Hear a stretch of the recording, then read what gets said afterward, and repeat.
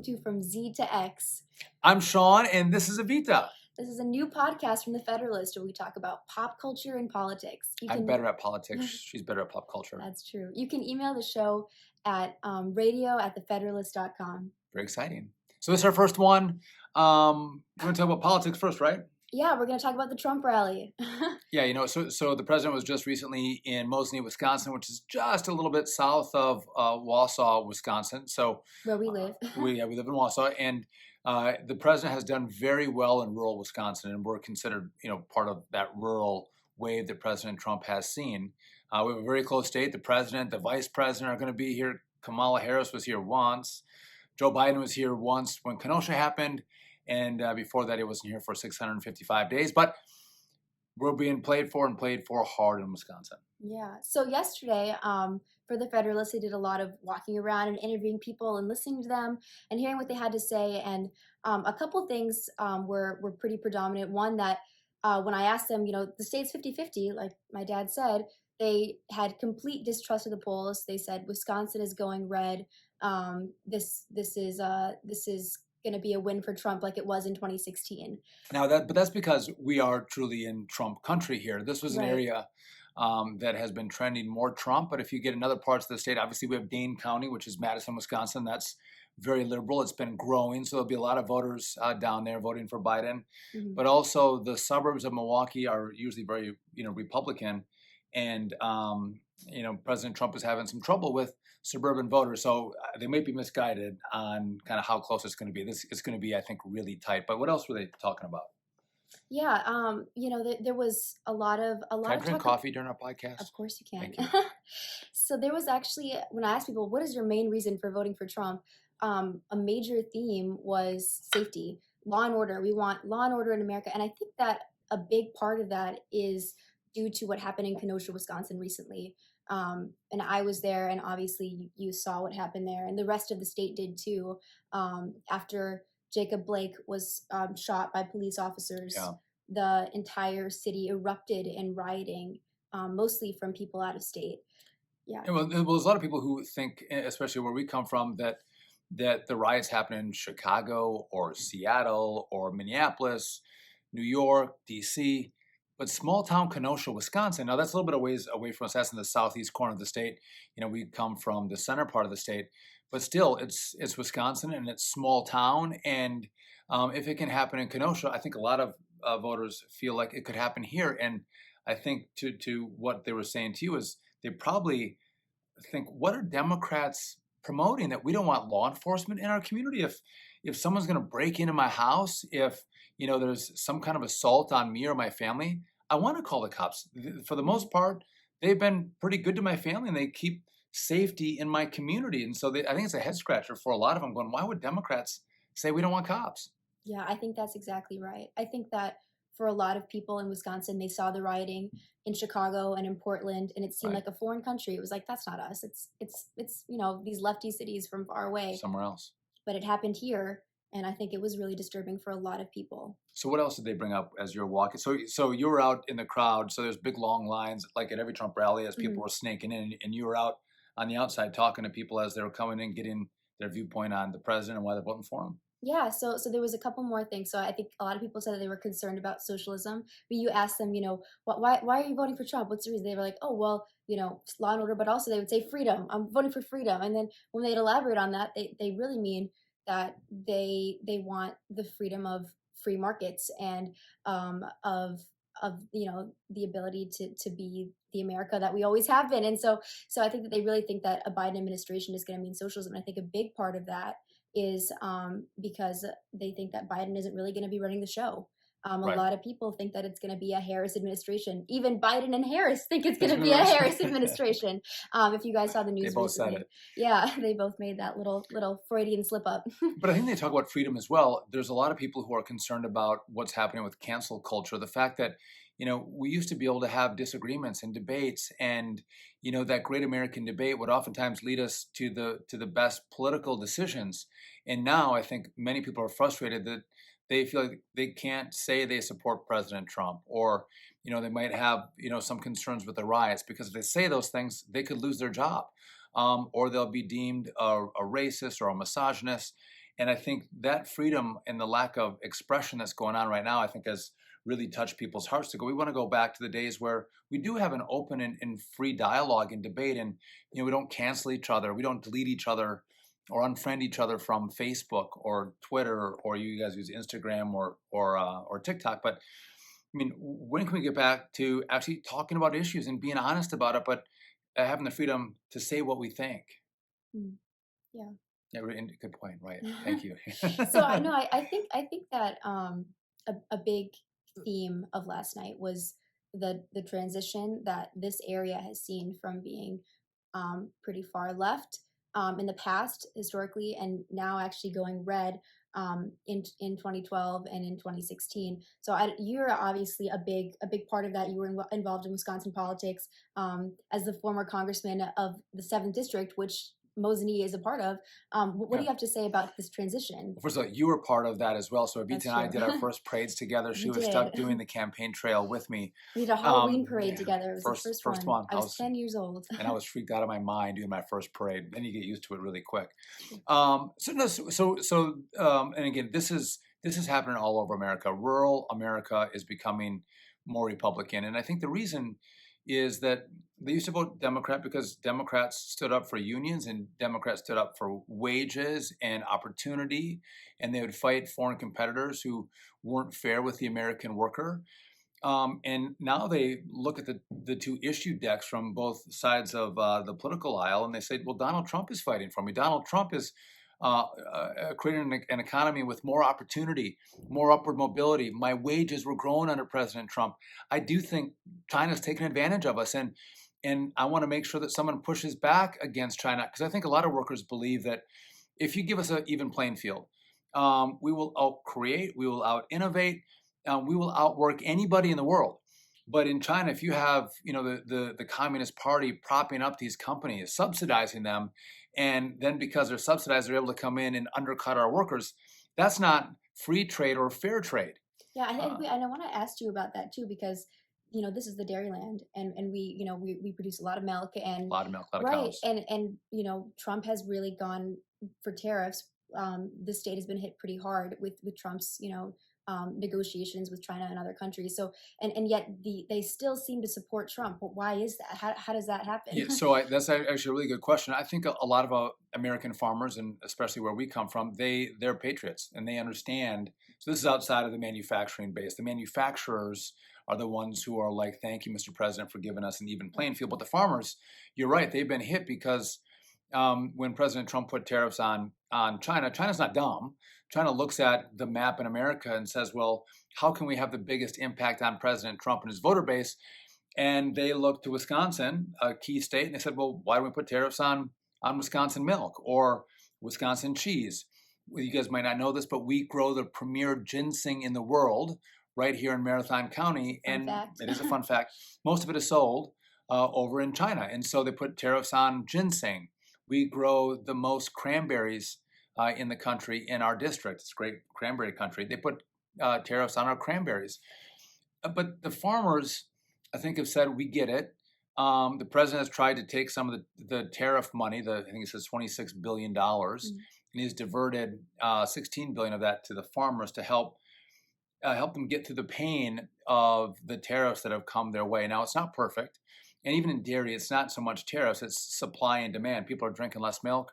We're angry in Wisconsin that if you have soy milk, you can call that milk because you can't milk a soybean, or almond milk, you can't milk an almond. Milk comes from, mammals, and, dairy farmers don't like that. But so people are drinking different things is my point. And so they're hanging with the president. These farmers are grateful that this president is fighting for America. In front of their farms, they fly American flags. They put their hand over their chest when the national anthem is played. They take off their hat. And so through that, I guess it's a really good question, but through the pain of the retaliatory tariffs from China, Trump has tried to ease that burden on the Wisconsin and American farmer. And kept this area, which is incredible. So, yeah. As a strong move. But you're right. But back to my other point, Democrats, old Democrats from 15, 20, 30 years ago, they're now with Republicans, and they look at the socialist movement of the Democrat Party. They look at kind of the attack on faith. They look at the Green New Deal and the attack on cows. They look at these things and go, "This is not who we are. We go to church and we put our boots on and we work hard and we want to be left alone." And these are crazy policies. So Democrats really kind of have left the working men and women in America to Republicans to fight for, which has been a Right. great and growing base for us. Which is why the seat that I won was held 42 years by a Democrat. And I know I'm talking. I'm sorry. I'll No, shut no, up. no. 42 years. We actually flipped it, and it became Republican. And it's not just slightly Republican. I mean, Donald Trump won this area, Wisconsin, by 20 points. I mean, it's huge, Yeah. which is why Wisconsin has been more in play. When the rural parts of Wisconsin changed, that's when Scott Walker was able to win. That's when Trump won, and has made us far more competitive statewide. Yeah, I think a fun fact about his the former Congressman David Obey was he was in office longer than my dad had been alive That's when he true. was first elected, which was crazy. That this area that had been so solidly blue uh, flipped red for Sean and for Trump and for all these other people. So it was Common really sense cool. policies, they like that, right? Right. But I just go back to the rally last night. I know we got off that for a point. I think it's interesting to see just the energy and enthusiasm. And I've been around long enough in politics. You don't see people who will set up, a Ronald Reagan store or an Obama store. We have Trump stores in our area. Then you have these like hatchbacks or trucks that'll just go out on a vacant lot in our community. Just show up. They should put up Trump flags, American flags, and open up and start selling Trump socks, the baseball jersey, Trump 45 on it, hats, Ludicrous. They're making a signs. fortune. They're crushing it. It's that kind of enthusiasm that I don't think I don't know if you see that. Does Joe Biden have that kind of No. enthusiasm? No, and I think that's a great point too, because one of the things that I noticed when I went to Kenosha the second time for Trump coming to the city to talk to business owners and to law enforcement, there was an anti-Trump movement there, and keyword anti-Trump, because that's what they told me when I interviewed them, is we are anti-Trump, not pro-Biden, which was incredible. When I asked these people who had traveled from out of state to come to Kenosha, Wisconsin, they're obviously activists in the Democratic Party. They were not excited about their candidate. They said, "Oh, we don't know who we're going to vote for, or we might vote Green, or we might vote third party." I mean, it was incredible that these people who you think would be solidly voting for Biden would be, and I think that not just some. I mean, some of them were saying we're not sure who we're going to vote for. Some of them were saying we will vote for Biden, but let's not forget that Biden is a war criminal and he voted for the '94 crime bill, and let's not forget that Going to Kamala Harris was a Iraq. prosecutor, right? She's a So cop. right, They Kamala's don't a like that. cop, the meme. So yeah, so I think that there's a lot of excitement on the Trump base in the Trump base, but when it comes to Biden, I mean, it's mostly anti-Trump. It's not pro-Biden, which is I don't know. Do you think that you can win an election like that? Well, listen, hate's a powerful motivator, right? And there's a lot of dislike for President Trump. I don't know if you knew that. Someone is mowing the lawn in the next yard, so I apologize for the lawnmower. But hate can motivate people, and there's a lot of strong feelings of dislike for President Trump. But this is what's unique, I think, in the state. So there's a lot of people who didn't trust President Trump would be a conservative. They didn't think that he was going to do the things that he said he was going to do in the 2016 campaign. And so I don't think he maximized his vote all over the state. Now people are like, oh my gosh, he's one of the most conservative presidents we've ever had. Remember this in the suburbs of Milwaukee, we had a big primary fight, and we were one of the last states to have a primary before this race was really decided. And there was a lot of Ted Cruz supporters in the suburbs of Milwaukee, a very Republican area. And there was a lot of tension that Trump won and Ted Cruz lost, and a lot of those voters might have stayed home. And we saw a huge gap between the votes that Ron Johnson got, our senator who ran in 2016. He got more votes, outperformed President Trump, because people weren't comfortable that Trump was going to be a conservative. I guarantee you, all of those voters that Ron Johnson got and more are all going to be voting for President Trump, because they've seen what he's done on taxes, what he's done on the life movement. He's fighting for little babies, for American energy independence. Just, basically the pushback on the left. I mean, the regulation side was really important too. We don't believe in no regulation, but you believe in smart regulation, and regulation that you can actually navigate. And President Trump has been streamlining that, making it easier for businesses to navigate the government. I disagree a little bit. I think What? Is that allowed? I think so. Tell me. Okay. I think that the Southeast Wisconsin does have a ways to go when it comes to supporting Trump. I think that they're definitely more shaky than they are up here. Um, Oh, I agree with that. a lot of never Trumpers up there that some of them have flipped over, like my dad said, but a lot of them are still not happy with the rhetoric that the It's true. president uses, which can be abrasive, which I personally like, but there are a lot of suburban moms who don't like it. Um, and so I think that's a real problem for Trump. And what Trump needs to do is he needs to show them what he's done. The softer side of Trump, right? Right. But here's what I think is interesting. A lot of the voters that you just mentioned, and I agree, they're not all home yet, and Trump still has some work to do. But they, for the most of their adult life, have voted Republican. They usually, pull the lever for the R, and they are concerned about President Trump. But when you look at again, you look at the issues, and they go, I have one group that kind of likes socialism. We have the socialist leader of the party, Bernie Sanders, who was basically singing the praises of communist countries around the world that have taken all of their freedom away and destroyed their economies. That's one side. And I got, Donald Trump, you're right. They go, I might not like the language. I might not like the tweets. I might not like the fights, which again, we like that he's a fighter. They don't like it. They're going to look at the issues and go, I can't vote for a socialist near a communist in the Democrat Party. I want to preserve liberty and freedom. And I think they do, before Election Day, get to President Trump and pull the trigger for him. Which I think gives Trump victory. Can I ask you one other question? So, as we left the rally, and you might not have seen this when I drove out, we had a whole bunch of young people, probably 10 or 15, that were there with, and they're very respectful, but they had Black Lives Matter posters that were out there doing a very peaceful protest with their signs. I thought it's great. You should come on out. They're outside the gates, and they had them, and they were doing like little chant. Where do you think the youth vote comes in for President Trump? It seems like a lot of the voters are very progressive, they're very liberal. How do you see the young people in Wisconsin, or those you have in contact with around the country, how are they going to vote? Yeah, I mean, unfortunately, I think they're going to go for Biden. Why?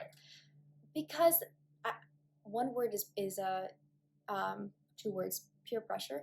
Yeah. I think that the black. But they're not, if you actually vote, in the little booth on November 3rd, there could be no peer pressure, or they want to, so that they could actually vote for Trump and say they voted for Biden, or that's not going to happen. They're going to. No, I mean, see, here's what it is: the Black Lives Matter movement, the wordplay that they've used has really forced a lot of young people who used to be conservative or who grew up conservative to join this movement, because if you don't, you're a racist, right? I mean, that's what the movement is telling you. And so I think that young people who feel a lot of pressure, who want to be compassionate and want to show to their friends that they are progressive and compassionate and we're not old school.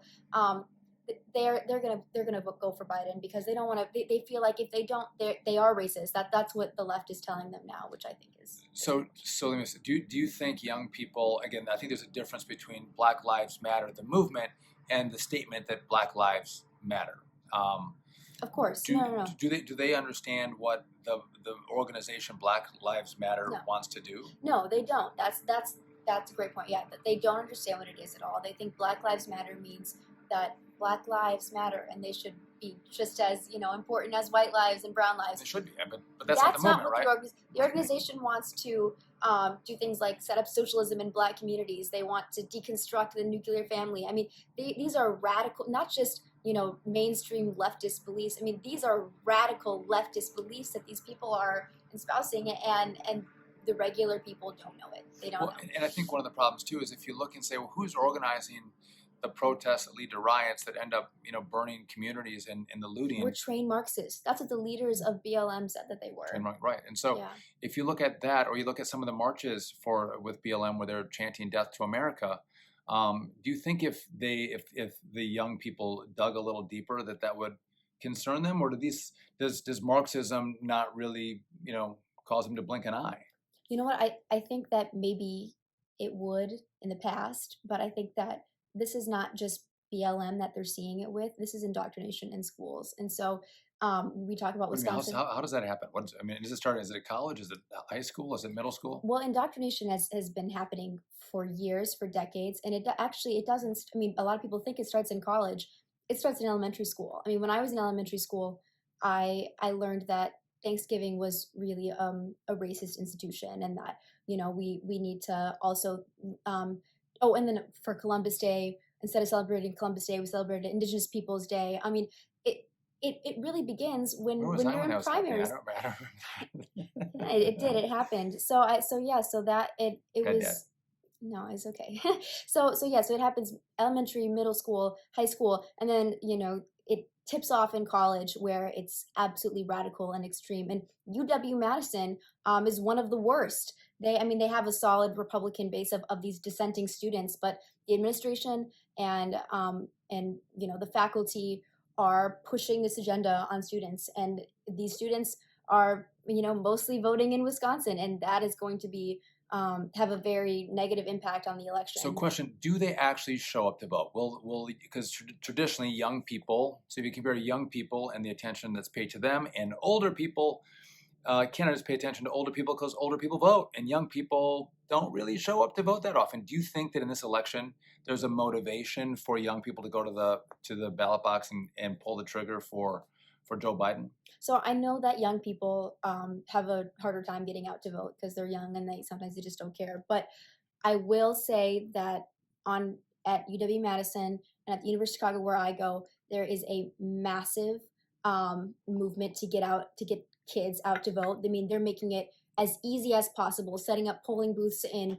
at university buildings, and they're making incentives to vote. They're saying if you vote, your residence hall will get a pizza party if 95% of you vote. I mean, like there are real incentives that they're setting. They're making it a priority in the universities because they know that these university students who are influenced by the faculty and the administration and by these left-wing groups that are really having a big impact on young people who are going out to do these protests. I mean, they know that they're going to vote for Biden, and so they're making the biggest effort possible to get them out to vote. So I was surprised about the comments on Columbus Day and on Thanksgiving. I didn't know that.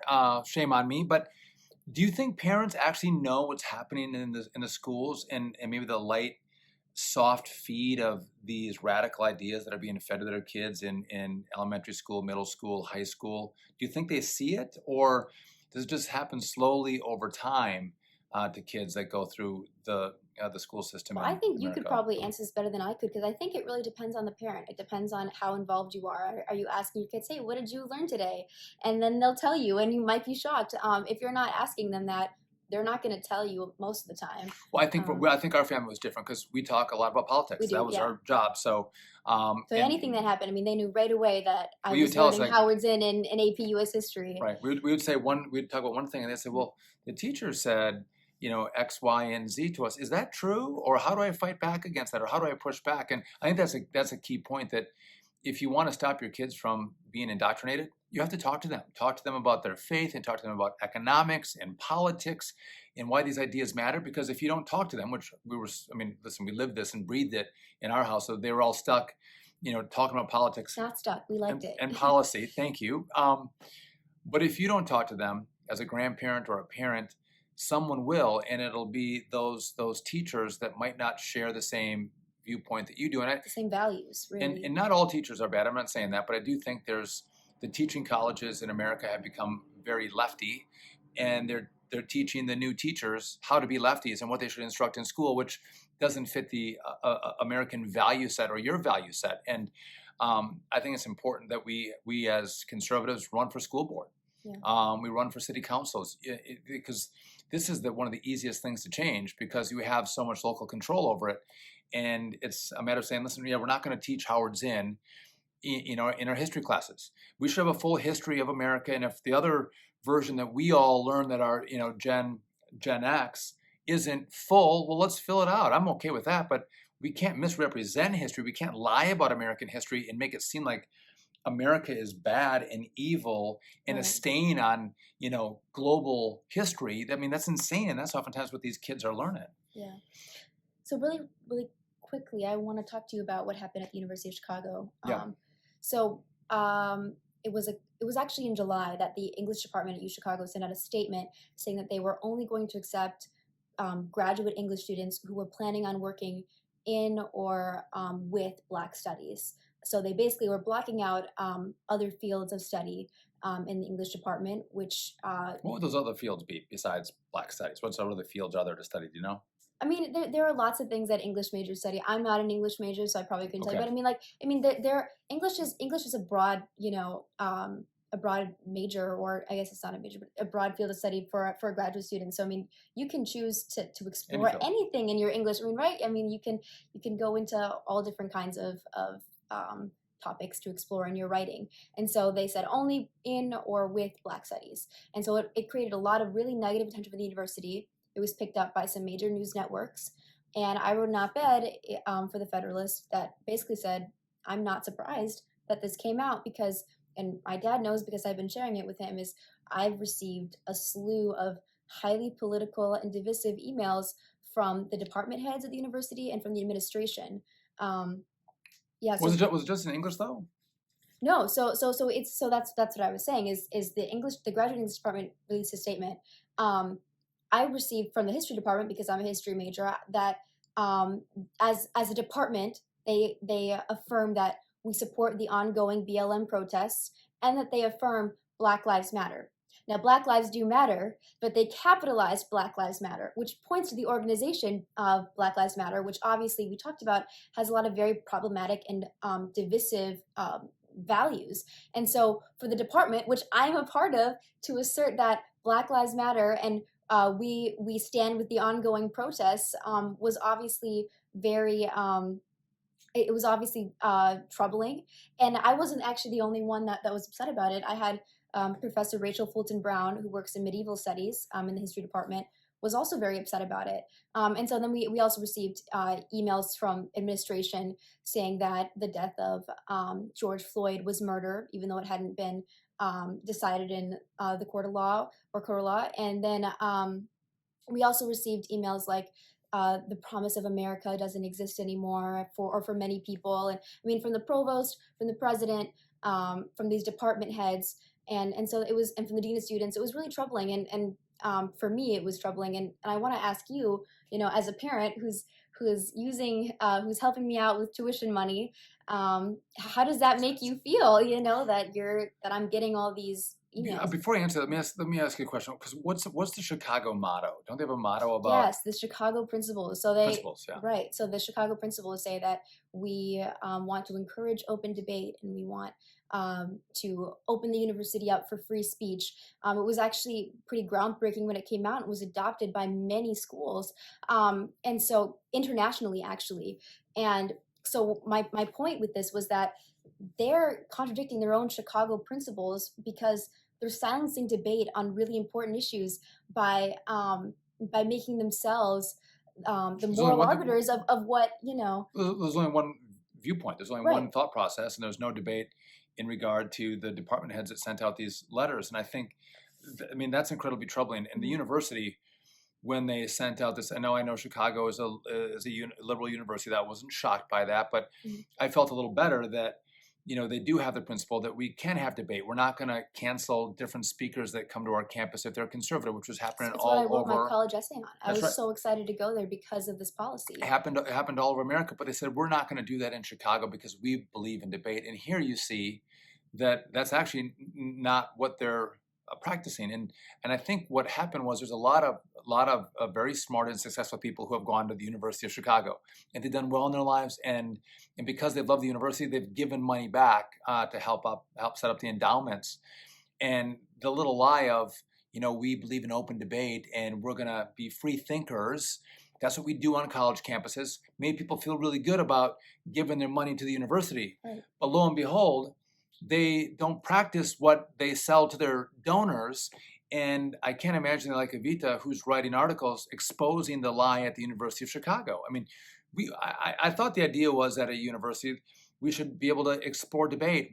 Explore debate, be challenged, challenge others. It makes us expand our horizons, and it challenges us to think differently about our own viewpoints and take other people's point of view into consideration, which we might not have had in our own family or our own high school. That's a really good thing. That's how we learn. Yeah. But you shut it down and you say there's only one way to think. There's only, one viewpoint on Black Lives Matter, and to say, with the protesting, that's what's troubling to me. I think there's great movements that have happened in America that have happened without violence. And I think with George Floyd, I mean, it's a horrific video. And I was a former prosecutor, incredibly troubled by what law enforcement did in regard to his death. But with that said, does that mean we riot and we burn and all police are bad and you can't sit outside and drink a beer and have a hamburger as a protest is going by without the protesters coming in and drinking your beer and throwing your burger on the ground? That's a problem. Yeah. And what they're saying is this is actually okay. And I believe what we should teach is civics and civil debate. And it goes back to our founding. We've always debated. We've always argued. And debates get heated. And people argue passionately about their positions. But they also respect the other side to make their argument and their passion. And once we make our arguments, we actually have elections or votes that decide who won the debate. We don't bonk each other over the head and say, I'm more violent and will take this further than you, so I win. And it seems like they're saying, you can't have that debate, Evita. You can't have that dialogue about what should happen after George Floyd. Should we have police reform? What should it look like? Should it just be ban all police officers, or should it be something different? Should there be other restrictions, other training? Right. Go ahead. So at the university, you told me you guys. Chicago's in a pretty dangerous area, and you have security guards on different corners. Is that right? Yeah, we have the University of Chicago has their own little police force, UCPD, and Do they carry guns? yes, they do Oh, they carry do? guns. Oh, I didn't Yes, know they that. do. Yeah, they do. But they have made the students, myself, and actually the Hyde Park community. There are a lot of people in the Hyde Park community, which the Chicago Thinker is going to do a piece on that. It's the Who's the Chicago Thinker? The University of Chicago is starting up a newspaper. Wow, who's starting that? Me. So me and some other students at U Chicago. So we'll follow up on that. But there are a lot of people in the Hyde Park community who feel safer with UCPD, and a lot of students who do. But there's this movement of left-wing students on campus who want to abolish UCPD. And has there been reported defund? violence? They want to defund UCPD. Yeah. So it's not just the Chicago Police Department. They want to defund the college police force. And there's been attacks on kids on campus or near campus, hasn't there, in the past? Yeah, a kid who lived in my dorm first year was pistol whipped and was robbed, like right in front of our dorm. So I think that it's definitely troubling, considering the area is not the safest. It is south side of Chicago, the UCPD is definitely a blessing on campus. But I think that one of the points that I really want to make, based off of these emails and the statements that the university has forced on its student, this forcing of their own politics on the students, is it creates a really toxic environment. It creates a mob mentality.